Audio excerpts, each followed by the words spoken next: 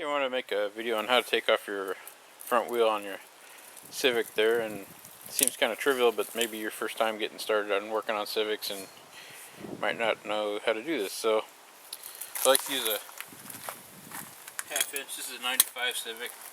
You're gonna get yourself a 19mm socket, and I like to use the half-inch drives there, and just put it on there and break these free.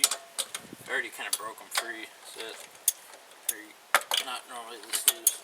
Something on Civics is or Hondas, they hold the hubcaps on a lot of them on with the lug nuts, which is kind of different than a lot of American cars. So just be advised that. So after you break them loose, you want to do the breaking loose while it's on the ground. That's so when if you get a stuck one, you won't spin the tire around. Next,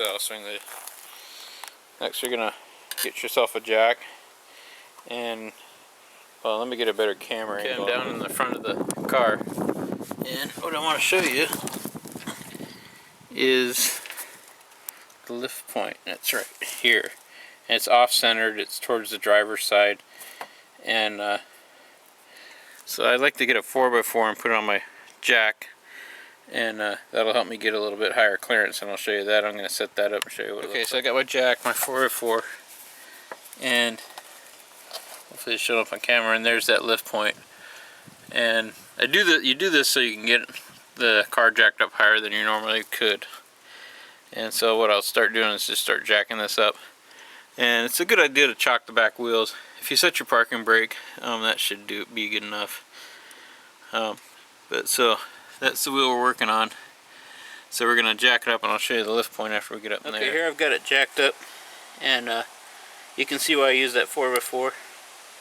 It gives me a couple inches more.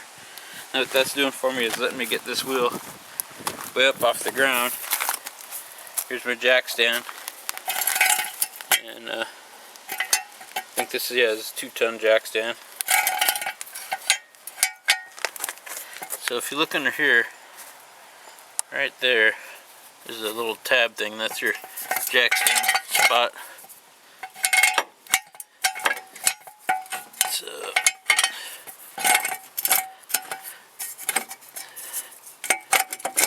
there you go. Just try to get stuff as flat as you can. My ground here is all buckled up, but so I got that in place, and I'll just lower the jack. One last thing I want to show you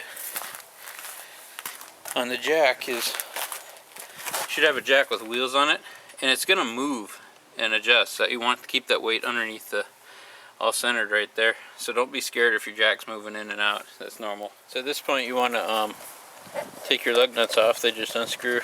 I like to kind of leave the top one in to last. And if you just push in with your foot a little bit, it's kind of hard doing it one-handed. That'll help keep the lug nuts all free there. So I'm going to pause the video while I take those out. Okay, we're down to the last one. So just propping it with my foot there. Take it out. Got my other ones there. And then this will just come right off. I'll show you something when you go to put it back on. If you look at it, there should be, right here on this one, it's got a picture of where the Schrader valve goes. So that's what I was trying to show you. It's pretty much symmetrical, except for one spot. It'll have like these two little posts sticking up. And so you just can't put this on any way. You need to make sure that this is in the right spot on when you put that back on.